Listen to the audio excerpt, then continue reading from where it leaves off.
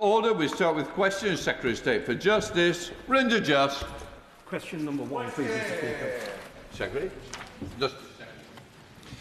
Magistrates play a vital role in delivering local justice, Mr. Speaker, and we value their contribution as volunteers. We're increasing magistrates' numbers to 21,000 up to 2029. That's a 50% rise. We've quadrupled investment in magistrates' recruitment with a new national campaign that I hope members have seen. It launched in the autumn, and we'll have more frequent regional campaigns going forward. Rinder Just. I thank my right honourable friend for his answer. Whilst I do support the government's reform of the justice system to tackle the court's backlog, it is clear that more cases will be going to the magistrates' court, and estimates suggest that this will require the recruitment of an additional 6,000 to 7,000 magistrates by 2029. But previous attempts to increase the number of magistrates have not been successful. So can the Secretary of State please tell me what the government is doing different this time round, what practical steps his department is taking to recruit and retain magistrates, and finally, what contingency plans are in place if that recruitment target is not met? Grateful to the honourable gentleman. It's true, our target is ambitious, but I think it's achievable. Recruiting the same number of magistrates into the system as was the case back in 2014. So we've done it before, we can get there. What this time has changed is a national task force to fast-track the process and have recruitment and halve recruitment times. We're working with the judiciary to ensure magistrates feel more appreciated. And I think it's important also to say that I will be updating the numbers which will be published on the 9th of July. And whilst I don't want to preempt that publication, it's good news. We're seeing progress already. Joshua Reynolds. Thank you, Mr. Speaker. Magistrates are a humongous volunteer force in the UK, where the magistrate stations say are close to their breaking point. But with the government's aim to be able to increase the number of magistrates to almost 21,000, can I ask the Secretary of State what he will do to attract more young people and working-age people in full-time roles for a role that's already very challenging, where they may have to give up some of their paid employment to a volunteer role? Well, he makes a very good point, and I do think the reform of expenses in this area is important. We are seeing more self-employed people come forward for the magistracy. We are seeing good numbers in relation to ethnic minorities and diversity right across the country. And it is important that younger people feel able to volunteer in this way. So the Select Committee, Andy Slaughter. Mr. Speaker, I wish the Lord Chancellor luck with the recruitment campaign. I wish him luck generally. But can I just put this to him? The numbers of magistrates, even if he's successful with the campaign, will be newly recruited magistrates. He's also asking magistrates to try much longer and more complex cases by increasing the sentencing powers.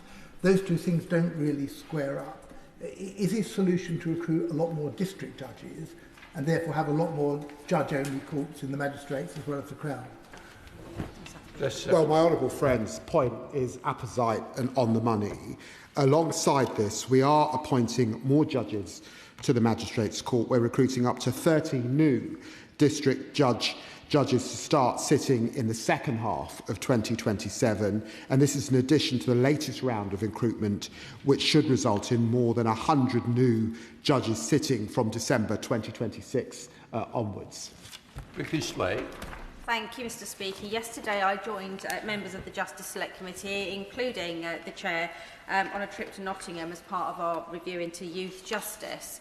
And I just want to push the Secretary of State a little bit further on the issue of the age of magistrates, because we were told that there is a real concern that recruiting people who have only a few years to go in their work as a magistrate is not a sustainable way forward.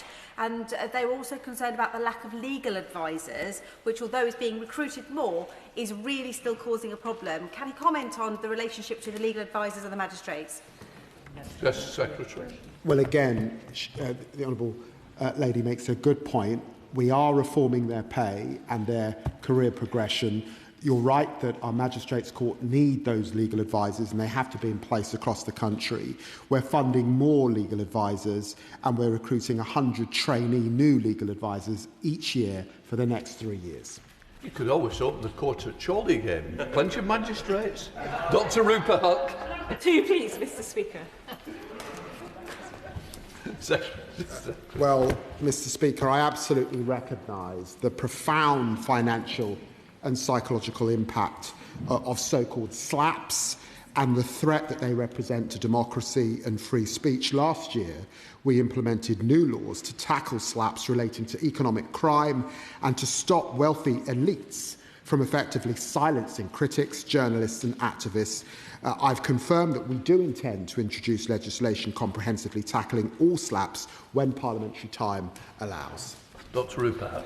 Within our ancient, non-written constitutional democracy, e-petitions have quickly established themselves as a way for the public to get their voices heard. So imagine the shock of my constituent Jason when he was served with a scary legal notice to desist from one of the world's largest law firms, instructed by a megabucks developer for collecting signatures on change.org against a local planning application. Can my honourable friend tell me when this will happen? I know that the Prime Minister did an article in The Guardian in October 2024 saying the rich and powerful should not intimidate the little guy through legal processes like this. Because right now it feels for Jason like a bit of a slap in the face. Just so. Well, I'm very grateful to my honourable friend for continuing to champion this issue. She's right that slaps go well beyond journalism and issues of free speech. We've heard harrowing stories of slaps being used to silence sexual abuse survivors, cosmetic surgery patients unhappy with the quality of their treatment, and even tenants who've complained to landlords. Whilst the economic-related slap measures represent a positive step forward, there is more to do. We will bring forward legislation. We're working across the House to see what more we can do over this next period. We are determined to move in this area before the next general election. Alicia Kearns. Thank you, Mr. Speaker. Self-swab rape kits are not admissible in court, and yet the company Enough is using slaps to attack rape charities and survivors who dare to speak out against them. This is exactly why we need this sort of legislation to come forward, protect those sort of victims and survivors of sexual violence who have been ruthlessly targeted. So can I implore the government to please bring forward this legislation at the earliest possible opportunity and to ban Enough from having their illegal equipment in our country? Well, I'm very grateful to the Honourable Lady for raising this very serious issue. We are aware of it. It's hugely concerning, and it underlies why we do have to legislate. And I hope that working cross-party, we can move swiftly in this area. Shadow Minister Benambasajati. Mr. Speaker, I am hugely concerned at the manner in which slaps are now being used to intimidate and harass individuals in public service. In my constituency alone, I've seen 2 separate instances of parish councillors being bullied out of public office. Both Hemmingford and Ellington parish councils have been targeted, one by a local company, one by a wealthy individual, both due to planning concerns. And this attempt to stifle democracy is unacceptable. Parish councils are the bedrock of local democracy, and this brazen attempt to railroad individual parish councillors is unacceptable. What is the government doing to protect local councillors from being left exposed to slaps and deterring people from participating in democratic representation? Justice Secretary. Well, the Honourable Gentleman's question shows the range of what we're now seeing in relation to intimidating those before the court, and he'll be aware of Catherine Belton and Putin's people who were on the receiving end of a slap, Tom Burgess at Kleptopia, who was on the receiving end of a slap, and Tom Latcham and his care home investigation, who was on the receiving end of a slap. So we do have to act, as I've said. We will work cross-party. There are some vehicles that we might well be able to see progress over the coming months. We'll set out our position on some of those private members' bills that the Honourable Gentleman has put, the colleagues have put down at second reading. Gagan Mahindra. Question number 3, please, Mr. Speaker. Minister. Mr. Speaker, this government inherited a criminal justice system in crisis with record and rising Crown Court backlogs. We simply cannot accept the intolerable delays currently faced by victims, witnesses and defendants alike. Sir Brian Levison's conclusion was clear and emphatic. that it is only with investment, efficiencies and pragmatic structural reform that we can begin to turn the tide on the backlog and deliver swifter justice for victims. Those are the measures being brought forward in the Government's Courts and Tribunals Bill. Thank you, Mr Speaker. Can the Minister confirm that the legacy of the Deputy Prime Minister will be as the first Justice Secretary in the United Kingdom to restrict the centuries-old rights to jury trials? There is no right in this country to a jury trial. What there is a right to is a fair trial. And as part of a fair trial, timeliness is a key ingredient. If you're waiting years for your day in court, that simply is not fair, whether you're a defendant or a witness. Of course, there is precedent for this, including perhaps his hero, the late, great Mrs Thatcher. And the fact is, we have always made a policy choice about who can access jury trial. We're going to make that policy choice again to deliver swifter justice for victims. Thank you, Mr Speaker. There are people who are concerned that the changes that the Government have made will give more power to judges. So can I ask to make decisions on their own? So can I ask the Minister what she's doing to monitor the impact of these changes and ensure there's transparency at all stages? And can I add to the Speaker that we'd obviously like to see Harlow Magistrate as well as Chorley's Magistrate Court open? Well, as always, he is an outstanding advocate for Harlow. Our judges take the judicial oath to act without fear or favour, and it's why our judiciary is the finest in the world. But of course, transparency matters. That is why the recording of proceedings, the transcription of proceedings, and indeed the review that we have committed to test the impact of our reforms is so important. I observe directly the training that our judges receive, which is first class. Shadow Justice Secretary Nick Timothy. Thank you, Mr Speaker.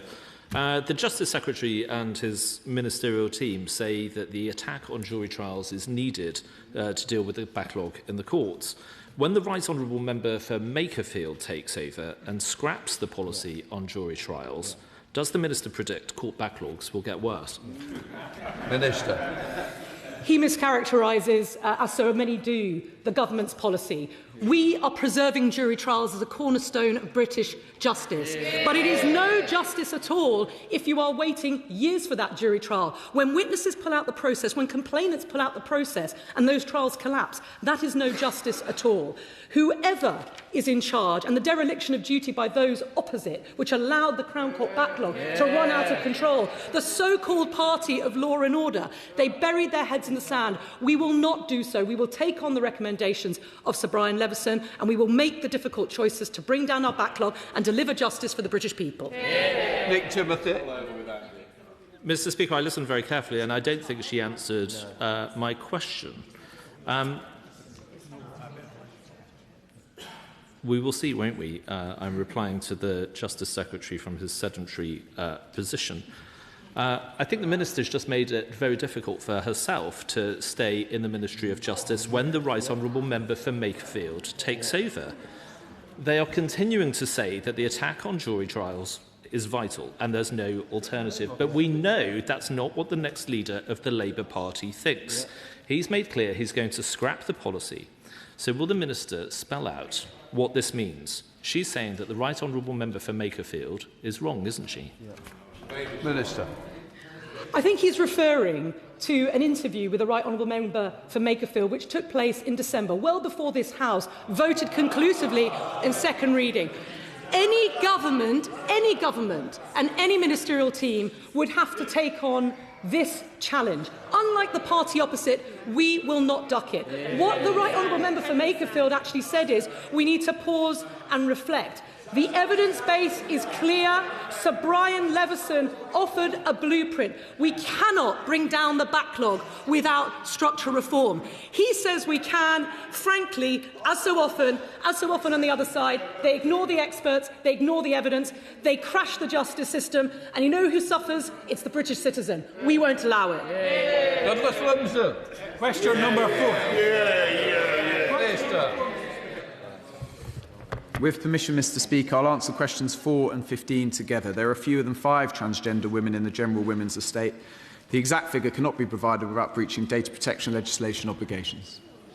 Well, I thank the Minister for that answer. In Scotland 2 weeks ago, the Court of Session ruled it unlawful to hold biological males anywhere in women's prisons estate. And even the SNP government, after a year of dither and hundreds of thousands of pounds of public money wasted, has now been forced to accept it and move biological males out of women's prisons.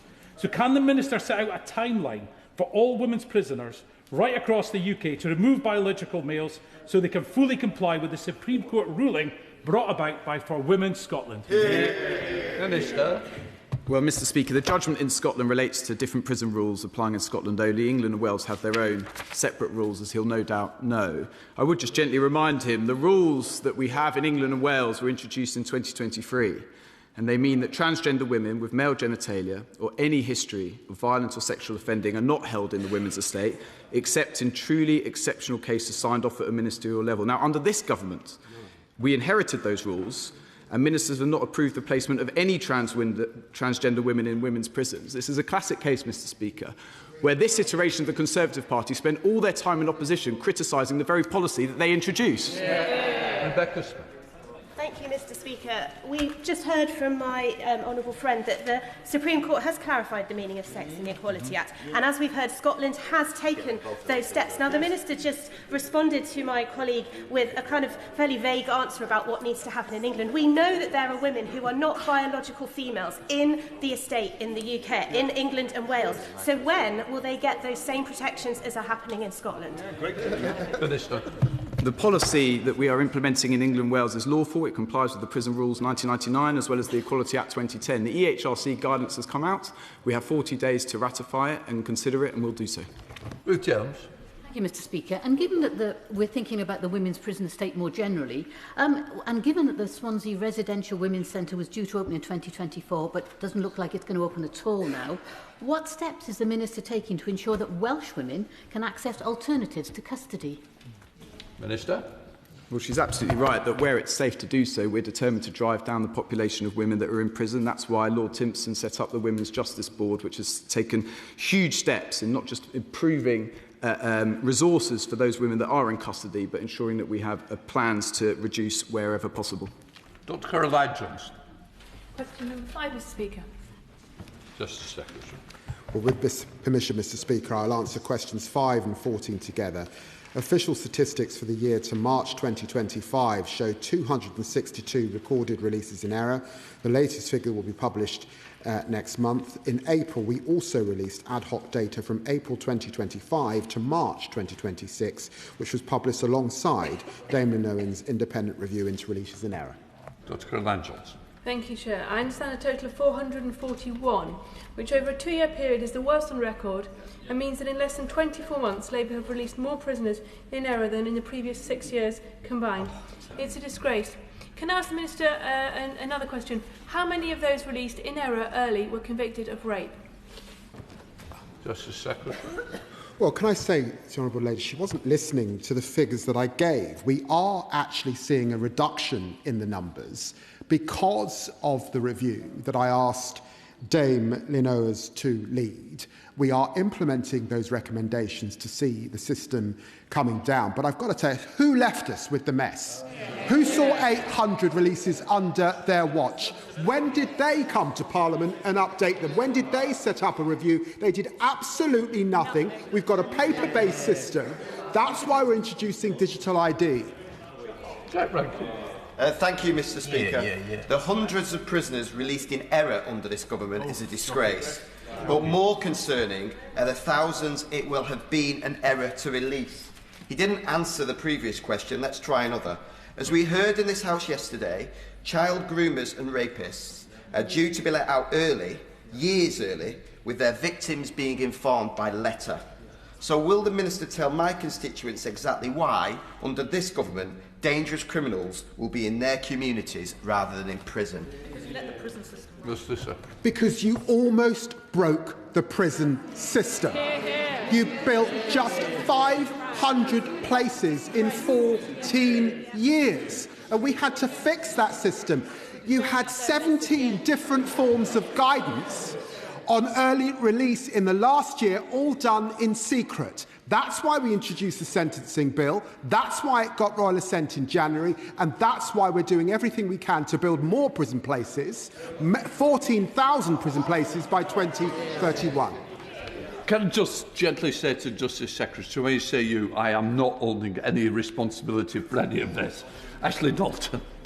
Question number 6, Mr Speaker. With permission, Mr Speaker, I will answer questions 6, 7 and 20 together. This government is supporting victims with over £1 billion of funding, including £499 million for safe housing for victims of abuse and the largest ever investment of £550 million in victim support services over the next 3 years. And under the Victims Code, all victims are entitled to referral to victim support services. Ashley Dalton. Thank you, Mr Speaker. I recently visited the Liberty Centre in my constituency, a fantastic charitable organisation that supports individuals and families who have been affected by domestic abuse and violence.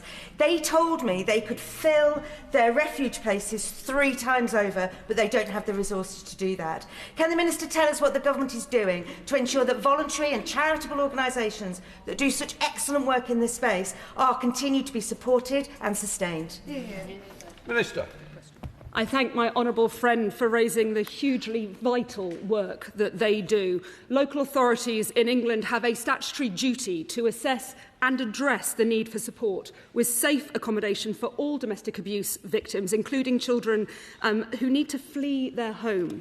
Lancashire County Council has been allocated more than £3.3 million to support important local services such as those delivered by the Liberty Centre. And it's part of the £499 million that this government has committed to councils to commission life-saving accommodation support for victims as part of our mission to halve violence against women and girls within a decade.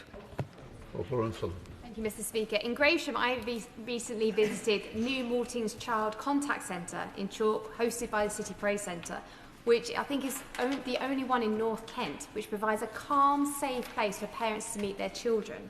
And this is on Saturdays, 8 to 9 every month. Given the vital role that local organisations play in supporting families connect and reconnect safely, what steps has the Minister taken to ensure services like these are more widely available? Minister.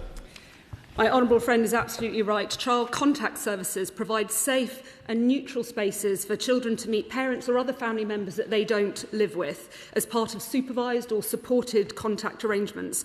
I thank my honourable friend for highlighting the work that they do at the New Malting Centre. This government is committed to supporting this sector and provides £450,000 a year to assist supported child contact centres in England and Wales, as well as funding their national association for its work on training, standards and monitoring. Melanie Neal. Thank you very much, Mr Speaker. Denise Farman, the brilliant Denise Farman, has been the Chief Officer of Women's Aid in Grimsby for the last 25 years, and she has pioneered move-on accommodation for those women and children leaving refuge to start to build the foundations of their new life. And it's been remarkably successful. But she has noted and raised with me that across North East Lincolnshire there are over 2,000 empty properties. And I wonder, has the department had any discussions with MHCLG about how we can better integrate the projects like Denise's for this move on and supported accommodation and linking it up with an empty home strategy? Minister. It's really powerful to hear about the impact that Women's Aid are having in her constituency. I visited the Black Country Women's Aid and Solace Women's Aid in London and listened to victims and survivors who told me what it meant to them to have been provided with a place of safety, of sanctuary. And the government strategy for halving violence against women and girls is truly cross-departmental. And the Ministry of Housing, Communities and Local Authorities committed the £499 million to councils for safe accommodation for victims. The government does want to see more empty homes brought back into use and intends to strengthen the ability of local authorities to do so. Sir Oliver Dowden. Thank you, Mr Speaker. I recently met with a constituent whose child was subject to repeated sexual abuse.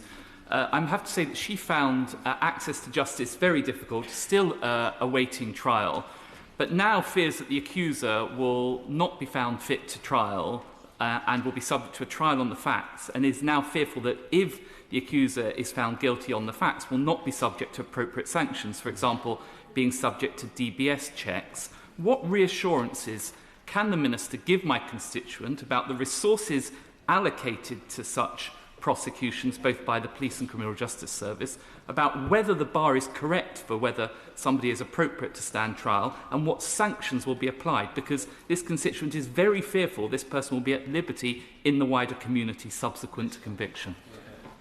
Under this government, the prosecution and convictions for child sexual abuse has gone up, but I would absolutely be willing to meet with the honourable member to discuss this case. Colin Lockhart. Mr. Speaker, children are often the forgotten in the situation where abuse has taken place in a household. Following the brutal murder of Natalie McNally and her unborn son Dean in my constituency in December 2022, why does the law still fail to recognise the death of an unborn baby caused by criminal violence as a separate offence? Because on the day Stephen McCullough murdered Natalie, he murdered her unborn child too, yet no conviction, no acknowledgement that baby Dean was of inherent value. Will the government commit to reviewing this law and meet with me to discuss it? Minister. I'm very happy to meet with my honourable friend on this issue, but domestic violence and all the ramifications that it comes is absolutely the priority of this government, which is why we are determined to halve violence against women and girls within a decade. Somebody else. Josh Babrin. Mr. Speaker, there are some in this House who disgracefully believe that it is for the England football team to prevent domestic abuse, whereas we all know that it is for perpetrators to stop their abuse. But in terms of those who are making more positive and valuable contributions to this space, will the Minister join me in celebrating the amazing work of Eastbourne survivors who support folks on an entirely voluntary basis to recover from the abuse that they have experienced throughout their lives? Minister. I thank the honourable gentleman for his question and absolutely will join him in celebrating the work of Eastbourne survivors. He is absolutely right that domestic violence is a choice for perpetrators. It is not about the score or what should happen when the final whistle goes, and to frame it in any other way does a significant disservice in allowing perpetrators to try and deflect from what is their actions. Shadow Minister Dr Kieran Mallon. Thank you, Mr. Speaker. One thing that we know women and children will be contacting victim support services about right now is the letters they're receiving telling them that their abusers are going to get out of prison earlier. Victim support supports more than 814,000 victims every year, and their CEO, Katie Kempton, had this to say: having already endured long waits for justice, often with their lives on hold, and the distress of going to court, many will feel shocked and frightened to learn that offenders may now be released months or even years earlier than expected. She's right, isn't she? Minister. It's absolutely important that there is transparency and communication with victims, unlike what we saw under the Conservatives. Then when they were letting people out, they did so with almost no notice, if any at all. I absolutely acknowledge concerns that victims will come. But what is not in the interests of victims is having a prison that is so overcrowded that perpetrators cannot actually be housed in cells. It is an absolutely disgrace what the last government did to our prisons. It's an absolute disgrace that they left them so full that the entire criminal justice system was at risk of collapsing. And it's right that yet again it's this government clearing up their mess. Dr Kieran Mallon.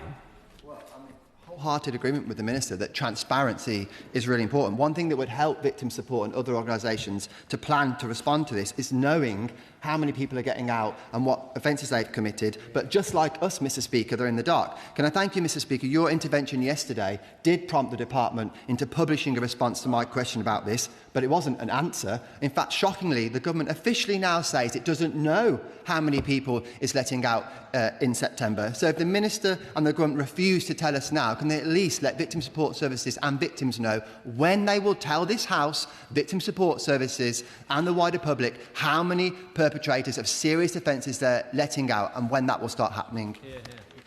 Minister. This government has published the Victims' Impact Assessment on this. It is ensuring that people are communicated with. But what is absolutely essential is that it has the Violence Against Women and Girls strategy, which is going to ensure that we are absolutely pursuing perpetrators, that we are supporting victims, and that we are stopping violence in the first place. This government, yet again, is clearing up their mess, whether it's to do with prisons, whether it's to do with backlogs, whether it's to do with the investment we are making in supporting victims. Max Wilkins. Number 8, please, Mr. Speaker. Minister. The government is reforming the family justice system to better support families and children. We're rolling out the successful child-focused courts nationally. That means that in Northamptonshire, Coventry and Warwickshire, Northumbria, North Durham, Cleveland and South Durham, Lancashire, Cumbria, York and North Yorkshire and Cheshire and Merseyside, you have a child-focused court coming to a court near you. Developing a cross-system family justice strategy and legislating for new child safety measures that ensure child welfare continues to be prioritised. Max Wilkins. Mr. Speaker, when family courts decide that care is to be split between parents 50-50, we might expect that fair financial arrangements follow. But when courts make this ruling and decisions made by the Child Maintenance Service, based on which parent is the recipient of child benefit, happen, they often mean that one parent finds out that they're significantly worse off than the other. So will ministers have a word with their colleagues in DWP to ensure the justice system and CMS work more closely to achieve financial fairness for both parents in cases where courts rule for 50-50 care splits? Minister. Well, in individual cases, it's a matter for the judiciary how those financial settlements are made. But I agree with him that when it comes to family court, as in so many cases, the family court is downstream of decisions that have been made elsewhere. And it's quite right that there be join-up between governments. So I'm happy to take away his direction that we, if you like, liaise with DWP colleagues to ensure that child maintenance is addressed fairly. Franton Glenn. Thank you very much, Mr. Speaker. Can the Minister please reassure me that we remain committed to repealing the presumption of contact in family courts within this Parliament to bring full justice to the 67 children murdered at the hands of abusive ex-partners with whom contact should have never been granted? Yeah. Minister. I thank my friend for his question. We are resolute and committed to repealing the presumption of parental involvement in the Children Act 1989. The campaigning efforts of the likes of Claire Throssell have been little short of heroic, and we will redouble our efforts to ensure that the repeal of that presumption comes about through the Courts and Tribunals Bill. Question 10, Mr. Speaker. The Secretary. One of the first things I announced when appointed Secretary of State for Justice was a £40 million extra investment to strengthen prison security, including £10 million for counter-drone measures like netting and wire. And I recently visited Woodhill Prison to look at how we're tackling this growing threat and committed a further £35 million to install heavy-duty grills on windows at 17 of our most high-risk prison sites. I thank my right honourable friend for that answer. Could he also outline what learnings the government has taken from international expertise to develop and shape counter-drone measures in UK prisons? Well, I'm hugely grateful to my honourable friend for asking the question. She knows, because of the war in Ukraine, that drone technology is moving at pace, which is why when I was in Ukraine in January, we announced that we're working with the UK Defence Innovation and Innovative Fund to set up an international business competition to ensure that the prison service is keeping up at pace with moving technology. It's also right to say that we're working with our French and Italian colleagues who also are experiencing the same threat. And I've spoken to Justice Ministers about how we share best practice. Andrew Snowden. Thank you very much, Mr. Speaker. The use of drones by criminal gangs to smuggle contraband into prisons is of particular concern, especially in open prisons like Kirkham in my constituency, where there is a vast amount of open estate to be able to drop them off. Whilst I was Police Commissioner for Lancashire, we invested in counter-drone units, which the brilliant thing is they use signals to jam the drones, which forces the drones to shut down and then actually returns them to the point where they were deployed from, often leading the police to the place where the criminals are hiding. Would the Secretary of State consider working closely with police forces who are deploying this technology to use it more broadly in countering the drone threat in the UK? Well, grateful to the honourable gentleman. He's absolutely right. The Director General of the National Crime Agency's directed police chiefs to work with the prison service to jointly tackle the threat from criminal drones. Recently, we saw this in a large-scale joint operation which resulted in over 200 arrests, and he's absolutely right that that blocking technology is available to the system. I was in Doncaster visiting our specialist unit that does this work, often, obviously, at night to ensure that we're bringing down those drones. Fabian Hamilton. Question number 11, Mr. Speaker. Minister. The law governing wills hasn't changed substantially since 1837. It's in that context that the Government welcomes the Law Commission's comprehensive and thorough review. We'll be taking our time to consider it and respond in due course.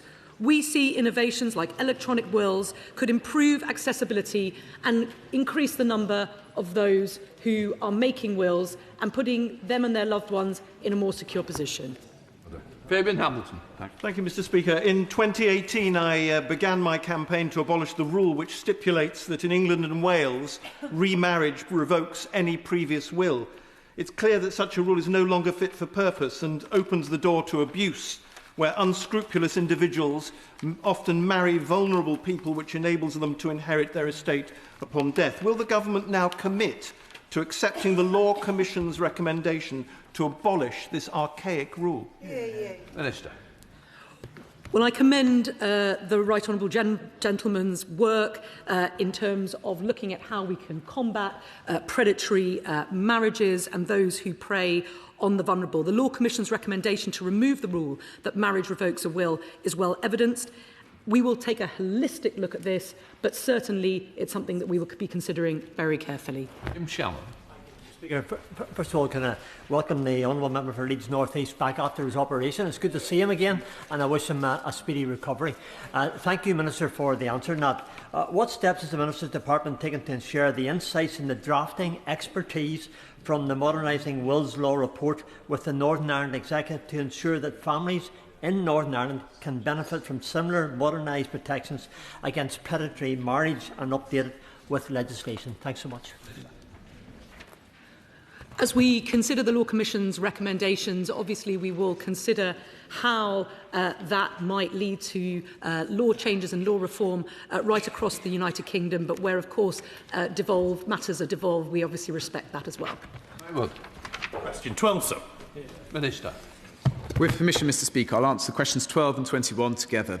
Knife crime is a serious offence and the courts rightly treat it as such. Immediate custodial sentences continue to be widely used, particularly for repeat possession, with sentence lengths increasing over time. Alongside this, the Government has strengthened powers through the Crime and Policing Act, including tougher penalties and new offences to keep communities safe. No one should believe a word the opposition say on knife crime. They broke their promise that anyone caught carrying a knife would face a presumption of immediate imprisonment, and they slashed neighbourhood police numbers as knife crime soared under their watch. Atwood.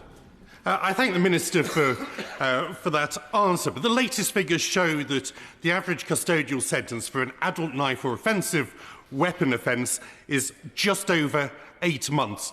But since March, the Sentencing Act has meant there's a presumption that any sentence below 12 months should be suspended. So what action is the Minister actually taking to make sure that that presumption doesn't effectively decriminalise many knife offences?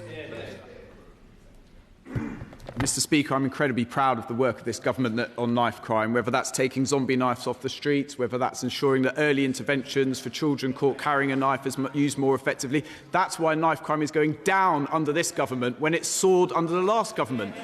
On the presumption introduced under the Sentencing Act, 2 points, Mr Speaker, if I may. Firstly, it is just that, a presumption. The Conservatives keep talking about scrapping short sentences. Nonsense. It's a presumption. Secondly, when was the presumption first proposed? By the Conservative government in the final few years in office. They now oppose the very policies they were suggesting. Bob Blackman. Thank you, Mr Speaker. The fact is that more and more young people are carrying knives, supposedly to defend themselves. That leads to knife crime in our streets. Certainly in my constituency, it's a serious problem, particularly between young people, and we've experienced stabbings in schools now, which is really disastrous. So the clear issue here is those that carry knives and caught carrying knives should face a custodial sentence to deter them, because unless we have a deterrence to this, people will continue to carry knives, and when threatened, they'll use them. So will the Minister take the action that's required to make sure that the message goes out, if you carry a knife, you're likely to end up in prison? Minister. The honourable member is absolutely right that deterrent plays an important factor, and he raises important cases that he's had in his constituency, and equally in the neighbouring constituency. Just last year, a young boy was murdered by a knife crime in Sheffield, and it's something very close to my mind as well as a constituency MP, as well as my duties as a minister. This is a long-standing problem in terms of education, early intervention. He's right that custodial sentences and a deterrent plays a part of that, but it's much more widespread, and we need to be careful about those interventions early on, particularly with children who are carrying knives, because they feel that it's something that they need to do to protect them. Not in every case, I'm not convinced that a custodial sentence is the right solution. Thank you, Mr Speaker. 10 days ago, 17-year-old Jamal Coombs was killed in my constituency as a result of knife crime. Every young person deserves to live safely and also to fulfil their potential. His life was taken too soon. So I would like to ask the Minister, what actions is this government taking right now to have a more coordinated approach with both schools, with public health and the police to prevent this awful tragedy, but also to ensure that our young people feel safe and they do not feel the need to have to carry a knife? Well, can I place on behalf of the government my condolences to Jamal's family? Every incident of knife crime is a tragedy, and I send that on behalf of the government. We are undertaking, through our plan to halve knife crime over the next decade, a comprehensive cross-government approach to reduce violence and protect communities. That includes measures such as banning dangerous weapons, tightening online sale rules, which have a real effect. We're funding more targeted enforcement activity, in particular in the 280 hotspots that we know, because the data suggests this is where knife crime is happening. We are making sure that our interventions are focused there. There's a lot more to do. And just because knife crime is coming down, we are not celebrating for a minute. Every incident is a tragedy, and we'll continue to work hard to bring those down. Mr Speaker, I know you're a great supporter of the Parliamentary Knowledge Scheme, and next Thursday they will be bringing MPs to Empire Fighting Chance, which is a boxing gym in my constituency, which has been involved in the government and Idris Elba-led anti-knife crime coalition. Does the Minister agree that listening to youth perspectives is crucial in the battle to reduce knife crime, and that we should be commending the young people at Empire Fighting Chance for their involvement in what is often a deeply personal issue to them? They've lost friends and family to knife crime, but they really want to be part of the efforts to address it. Minister. My humble friend is absolutely right that community initiatives are at the heart of how we confront knife crime and indeed crime more generally. I credit the boxing gym in her constituency. I know Dinnington Boxing do great work in mine as well, and I've been there on numerous occasions. Just last month we published the Youth Justice White Paper, and at its heart is ensuring that we involve children's voices in making sure that we understand as policymakers in this place and indeed in government that our interventions are tailored to the challenges and issues that children are facing. She's absolutely right, and we're getting on with the job of doing it. Question number 13, sir. Minister. The government, Mr Speaker, is committed to greater transparency and access to justice in our courts. Transcripts are an important part of that, and I know there has been a lot of cross-party campaigning on this issue. Victims of sexual offences and bereaved families of homicide can already request a free copy of sentencing remarks. From spring 2027, eligibility will be extended so that all victims can request them. Testament. Thank you, Mr Speaker. I'm particularly keen that this is progressed at speed, because the eye-watering fees for victims who want to get their transcripts are really, really expensive. My constituent's a victim of domestic violence, and her barrister now needs transcripts of her hearing in the family court to appeal against procedural irregularities, errors in the published judgment, but the transcript is going to cost her thousands and thousands of pounds. So can I ask the Minister to address the gross inequality and waive court transcript fees as soon as she possibly can for all victims, including the family courts, of course with the requisite redactions to protect anonymity of the parties and to ensure robust justice, transparency and fairness for all? Minister. Well, I'm sorry to hear about her constituent's case. I think the fact is that technology in this area is potentially a game changer. But of course, as with all technological adoption, particularly in the justice arena, we've got to ensure there is accuracy for the very reason she says. That it's got to be accurate, where there are redactions to protect individual participants in the case, and of course to ensure reporting restrictions. That's all got to be done safely. But I can assure her that the Ministry of Justice is progressing at pace with its AI adoption, which I think is going to be a game changer in the years to come. As Mr. Speaker, I listened carefully to what the Minister just said there. Court transcripts are important to a victim's sense of justice served, but does she agree with me that access to this really important information should never be dependent on the victim's ability to pay? Minister. Look, equality before the law should mean just that. And when we talk about barriers to access to justice, whether that's the cost of representation, which we try to address through legal aid, the cost of transcripts, he's absolutely right that that is a really important principle. In the current context, the targeted approach that we have taken, prioritising those victims of the most serious crimes and now extending the eligibility so that all victims can request court transcripts through the Sentencing Act from spring 2027 is a big step forward. I hope that developments in technology will enable us to lower the costs and make that freely available for all in due course. Jess Brown for the Liberal Democrats, please. Thank you, Mr. Speaker. Charlotte Mayer will never be able to access her transcript because her case was heard in the Magistrates' Court when no recording was made. The government is seeking to address this, but Charlotte has continued campaigning for all victims of crime so that they can access free transcripts, given some are currently still quoted thousands of pounds. Her campaign, Open Justice for All, is calling on the government to go further and faster to make the justice system fair, transparent and open. So will the Minister assure the House today, and this is a cross-party issue, and I know a lot of the backbenchers feel very passionately in her party about it, that the job is not done and it is their desire that court transcripts will eventually all be made free and accessible for all victims?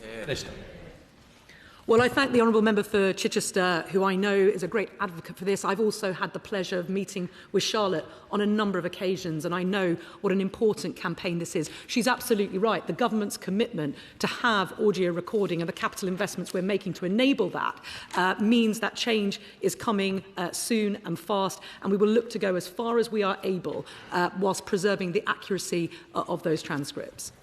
Dr. Luke Evans on topicals. Topical one, Mr. Speaker. Justice Secretary. Mr. Speaker, 1 in 5 homicides are domestic homicides, with women and girls overwhelmingly the victims of these brutal crimes. Mothers, sisters, daughters, like Ellie Gould, Poppy Devi Waterhouse and Megan Newborough, who were cruelly murdered by their current or former partners. Yet the gravity of these crimes is not always fully reflected. Under the current sentencing framework, higher starting points place particular weight on a weapon being taken to the scene with intent, whereas domestic homicides often happen in the home using weapons already present. So today I can announce that we will introduce a new 25-year starting point for domestic murders, a change made possible thanks to the government's grip on the prison population through the Sentencing Act. Can I pay tribute to Ellie, Poppy and Megan's mothers, to the member for Pontypridd and Birmingham Yardley, mothers Carol, Julie and Elaine, who campaigned tirelessly for this change, which will mean that those who kill their partner or former partner spend longer in prison. Dr. Luke Evans. And the Fuller inquiry called for strengthening of the safeguards and the law around looking after those who've deceased. But we saw last week in the mortuary report coming out of Nottingham Hospital some of the abuses and horrors of bodies mislabelled, even left decomposing. So does the Secretary of State share my concerns that this could be a pattern across the system? And will he speak to the Health Secretary to look into this to make sure that it certainly isn't? Justice Secretary. I'm very grateful to the honourable gentleman, and he's absolutely right. This was devastating, absolutely horrific, what we have heard. And I will discuss this issue with the Secretary of State for Health. They obviously have responsibility for human tissue. We have responsibility for the coroner's service and the law around death, and we will work together on this issue. Laura Coates. This month I was delighted to award my Community Champion Award to Afzal Hussain. After his best friend was stabbed and died in 2021, he set up In This Together Bucks, which has now removed more than 1,500 knives from the streets, while also addressing underlying causes of knife crime through mentoring, mediation and support for families. Will the Minister join me in congratulating Afzal on his work, and does he agree that organisations like his in our communities are vital for tackling knife crime? Minister. Can I thank my honourable friend and pay tribute to her constituent Afzal Khan as well for the work that he does alongside Adele Webb. She's absolutely right. We've heard in this morning's session in the Chamber about the tragic consequences of knife crime. And it's so important that as a government, but also wider society, we work together to do anything we can to make sure that we reduce it. Nick Timothy, Shadow Justice Secretary. Thank you, Mr. Speaker. The government referred the sentence of the teenage gang rapists who attacked two schoolgirls to the Court of Appeal as unduly lenient.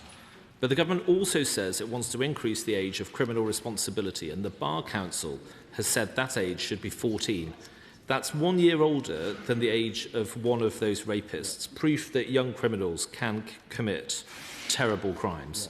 So will the Justice Secretary rule out increasing the age of criminal responsibility to 14? Justice Secretary. Well, I'm grateful to the right honourable gentleman, but can I say to him that when the Bar Council do a detailed piece of work, it is the responsibility of the Secretary of State to look closely at what they have recommended, and that is what I will do in the coming months. And I'm sure when that process is concluded, we can have this discussion in a serious way. And I'd urge him to be serious. He takes to Twitter often on these issues, but I do think we should take the Bar Council of England and Wales seriously. Thank you very much, Mr. Speaker. You will be alarmed to know that last year in England, 1 in 7 NHS staff experienced a physical attack while on shift. Our paramedics, doctors, nurses, police force and firefighters go to work every day to save lives, yet face unimaginable abuse. We have to clamp down on those who perpetrate these vile attacks. Will the Secretary of State commit to reviewing sentencing guidelines for such heinous crimes? Minister.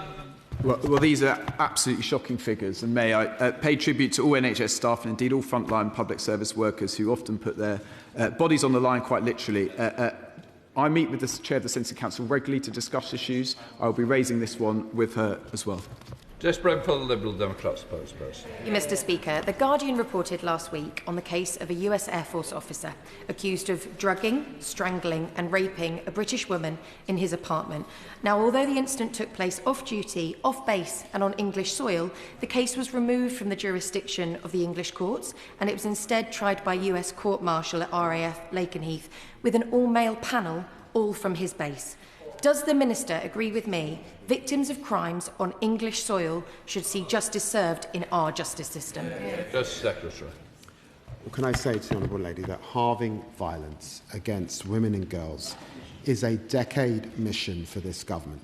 This case is extremely concerning, and our thoughts, of course, are with the victim, Sarah. But given the cross-agency nature of this case, my officials are working across government, and we're raising this case with the US government to establish the full facts. Samantha Nibbler. Mr. Speaker, a constituent of mine in South Derbyshire, Sarah Page, is Associate Professor for Social Justice at Staffordshire University that I visited last week. She and her colleagues told me about their From Harm to Hope research. It highlights the unique challenges women face, including being held far from family due to limited number of women's prisons. They also raise concerns that the national drug strategy is not sufficiently gender sensitive, particularly in addressing the impact of child abuse and domestic abuse on women in the criminal justice system. Will my honourable friend meet with Sarah and me and her colleagues to ensure that these women's specific issues are properly reflected in our criminal justice system?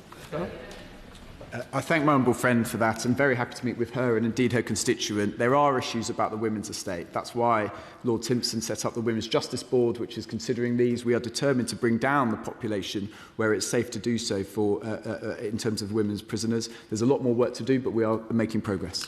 Thank you, Mr. Speaker. Hundreds of women are secretly filmed on a night out. These clips are then put online, accompanied by horrible misogynistic comments. They are viewed millions of times and often make a profit. What steps is this department doing to close the current gaps in legislation to stop this vile abuse of women on a night out? Minister. Non-consensual, intimate images and the kind of images that the Honourable Lady is talking about are absolutely disgusting, and this government has taken action to ensure that they will be taken down from being online within 48 hours, as well as our banning of deep fakes. We want to ensure that women are safe, whether it's in their homes, on their streets or online, and there is still more action to take. Under Martin. Recently, Mr. Speaker, a domestic abuse victim came into my office scared and considering returning to her abusive ex-partner because she had nowhere else to go. I intervened and Portsmouth City Council found her a flat, but it was in an area known to be regularly frequented by her abuser. When she raised this with the council, they said if she did not accept the property, they would withdraw their support. I intervened again and the council agreed to find her somewhere to live, but she is still waiting for a safe place. What steps is the Minister taking to join up support across national and local government so that domestic abuse victims do not fall through the cracks? Minister. Can I thank my honourable friend for all of her actions in supporting her constituent? Local authorities in England are legally required to assess and address the need for safe accommodation for domestic abuse victims who need to flee their home. All our thoughts will be with her constituent, who I hope secures suitable safe accommodation soon. But considering how tenacious and determined I know her Member of Parliament is, I hope that is very soon indeed. Further House, Edward Lee. The Secretary of State knows how fond I am of him. I am personally, and I want him to keep his job. So will he please his new boss, the MP for Makerfield, virtually the entire legal establishment, and the English people, whose only wish is to keep their 1,000-year-old right to trial by jury of their peers when their liberty is at stake? Justice Secretary. I'm very grateful to the Father of the House. He might not have noticed, but he made me blush. He knows that the right to a fair trial and the component of that requires a jury is an important right, and we're not abolishing it. But we are seeking to bring down this backlog so that people can get swift justice, and we're making a decision that's been made previously by other Prime Ministers, including Margaret Thatcher, just to change the threshold, but to ensure that justice is done. And I think it is also important to acknowledge the tremendous work done by our magistrates. Bingham. Thank you, Mr. Speaker. I welcome the government's £500 million of investment to victim services, which is a serious investment after years of neglect. In my own constituency, Staffordshire Women's Aid have been supporting survivors of sexual violence and domestic violence for up to 50 years. And for every £1 spent, we do know that £10.80 return to the public purse on victim support services. So can the Minister tell me what steps are being taken to ensure brilliant local organisations like Staffordshire Women's Aid can access this funding so that no area falls between the gaps? Minister. I've met victims and survivors supported by Women's Aid in other parts of the country who've been able to rebuild their lives, and it's inspiring that Staffordshire Women's Aid have been supporting survivors for 50 years. Staffordshire Police and Crime Commissioner is receiving over £4.5 million over the next 2 years for victim support services, and that's additional to the funding that councils get to provide safe accommodation for victims, including for refuges like those run by Women's Aid. Thomas. Thank you, Mr. Speaker. Magistrates are the backbone of the justice system, yet magistrates in Worcestershire increasingly talk to me about the pressures on their workload and the difficulty of attracting new volunteers. What steps is the government taking to increase the attractiveness of the magistracy? Well, I agree with the right honourable gentleman that our magistrates are the backbone of our justice system. I meet with them the length and breadth of the land. I've met with the Magistrates Association. We've got to make this more attractive. It's why our reform of their expenses is so important, allowing for greater flexibility. It's why the transformation of our application process and also the training that magistrates receive to make it a more attractive place for people to volunteer their time. But I want to put on record we're incredibly grateful to our army of volunteers who keep the justice system going. Joe White. Thank you, Mr. Speaker. Rugby Prison in my constituency is undergoing a £70 million expansion. The main prison car park across the road is on the A620, a very, very busy road. On the 1st of December last year, prison officer Philip Tetley was knocked down and killed as he crossed the road to get to work, leaving his wife, Eve, and 7 children. Eve Tetley is now campaigning for a crossing to prevent such an awful accident happening again. Will the Minister meet with myself and Eve in order to discuss this further? Well, can I thank my honourable friend, a neighbouring MP as well. My thoughts are, of course, with the family of Philip Tetley and Eve in particular. I know that stretch of road very well. It's on my commute to Retford Station, and I'm very happy to meet with her and Eve to do anything I can to help. Joy Franklin. Thank you, Mr. Speaker. My constituent was repeatedly sexually abused by a family member who received 4 concurrent 28-year prison sentences and threatened to murder her during the trial. After serving about 10 years, he was transferred to the Netherlands, where he was released immediately. My constituent lives in fear he will return to the UK and carry out the threats he made towards her. Will the Minister meet with me to discuss this complex case and commit to reviewing international prisoner transfer arrangements when the practical effect is that dangerous offenders are released far earlier than intended by the UK courts? Minister. Well, can I thank the honourable member for her question? Raises very serious points. I'm happy to meet with her and her constituent, of course. We are determined to bring down the number of foreign national offenders in our prisons. We need to do that safely, and indeed, just recently we've signed come to a memorandum of understanding with Latvia. We've had a similar agreement with Italy, and I've been speaking with officials at the Netherlands to try and pursue a deal there too. It is important we do that safely, and I'm very happy to have further discussions with her about that. Jacob Collier. Streetwise was set up by Danny Mondesser after the tragic stabbing of Oliver Freckleton in 2021. Streetwise undertake targeted work with young people to prevent knife crime and carrying and youth offending. With the new cross-government knife crime strategy, can the Minister say how programmes like this will be used to cut youth knife crime offending? The Secretary. Well, I'm very grateful to my honourable friend. Our Halving Knife Crime Plan seeks to give young people the best start in life, stop those at risk of turning to knife crime, and ensure perpetrators are caught and brought to justice. I've been out with a number of community groups over the last few weeks to see this work in action. He's absolutely right. It's good to see the numbers beginning to fall, but there is more work to do over the coming months and years. Scotland. My constituent is here. Her ex-husband sexually assaulted her children and attempted to murder them and her by removing the brake pads from her car. Yet the court appeared to listen more to the abuser's allegation of parental alienation syndrome, a concept discredited by the WHO, than her evidence. The abuser today has unsupervised access to the children. What steps will the government take to prevent discredited concepts obstructing criminal justice, leaving children at risk of rape and murder? Minister. Well, I'm grateful to him for raising such a moving case and pay tribute to his constituent who's here today. Let's be absolutely clear.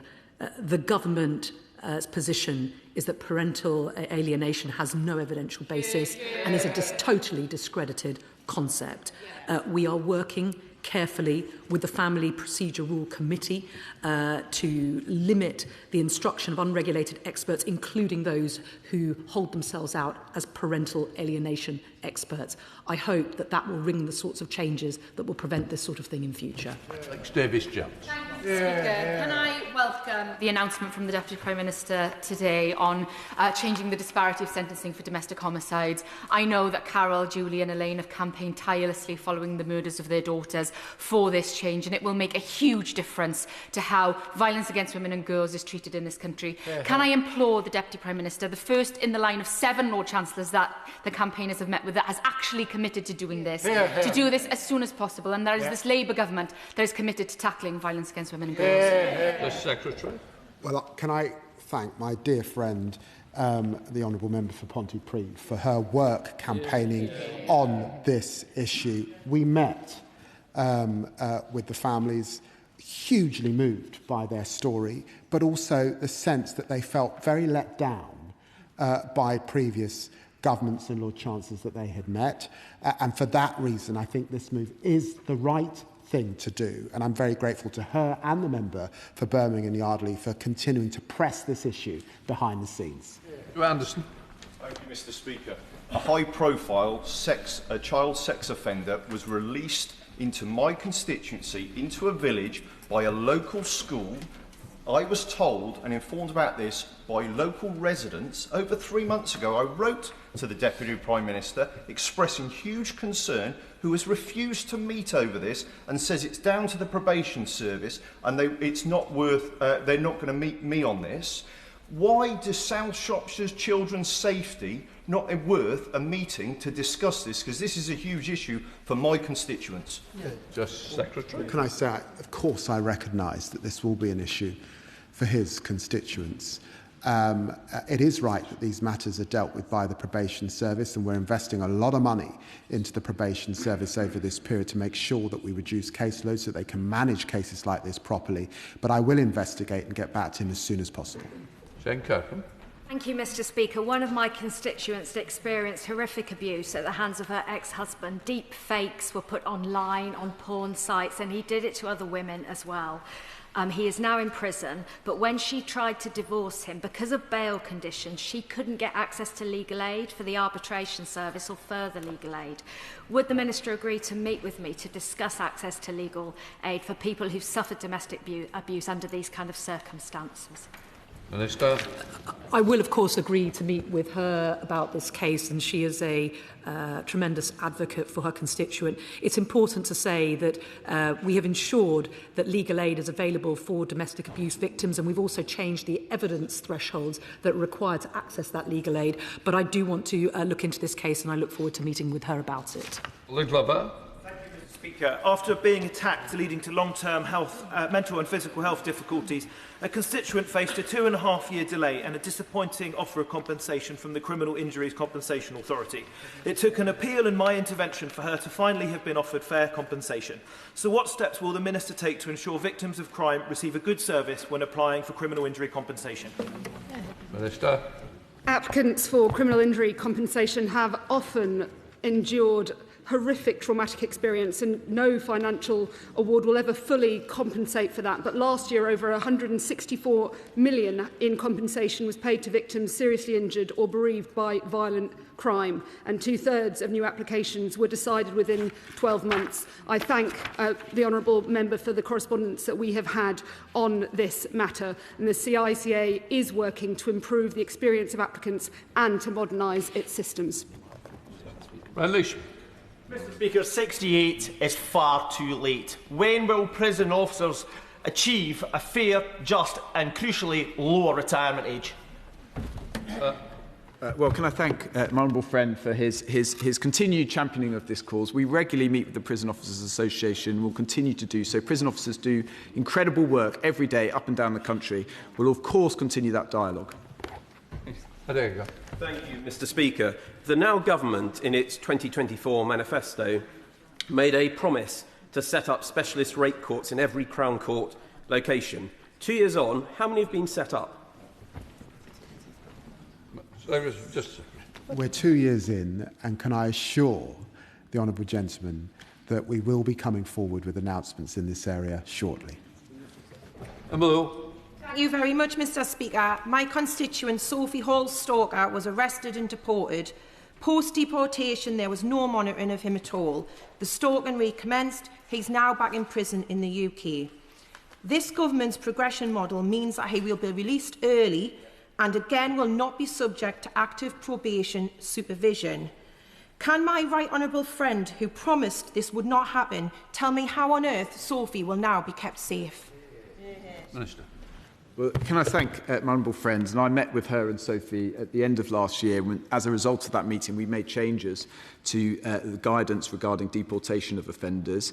I hadn't been kept updated to what had happened since then, and I will meet with her and Sophie expeditiously. Sarah Gibson. Would the Minister please join me in thanking and paying tribute to Carol Gould and to Julie Davey from the action group Killed Women, who are constituents of both mine and Anna Sabine, who unfortunately cannot be here for ill health, and paying tribute to the enormous dedication, persistence and courage that they put forward in trying to change and getting through changes in sentencing for domestic abuse. I'm very grateful to Honourable Lady, and can I say, as the father of a daughter, can I pay tribute to them to their doughty campaign over many years to fight for this moment, recognising that there will be women out there now whose lives are saved as a result of this sentence that perpetrators of this terrible, terrible crime can now recognise. Final question, Gordon. Thank you very much, Mr. Speaker. Can I ask the Minister what work the Department is doing to learn from international best practice, like in Estonia, when it comes to using technology in the justice system to help deliver swifter justice for victims? Very grateful to my honourable friend for the question. I was very pleased in moving to this department to see the work on digital and AI. It's a Whitehall leader. It's why, for example, we're freeing up probation staff to be able to deal with frontline services rather than go through lots of bureaucracy. And the work that's going on in our courts particularly, I'm excited by. Just before we come to the next part, I have had members coming to me asking when they can see the DIP report. It's odd that we can't get it earlier, and all I would appeal to government is to say, do the right thing by members in this House and let members see that report. I'm told it's market sensitive. If it's such, why has it been all over Sky? Why has it been everywhere, but in this House once again? It is unfair to members of Parliament not getting the report before everybody else. So I put that out there. Hopefully the Secretary of State for Defence will do the right thing and ensure members will get it. Let the front bench change over.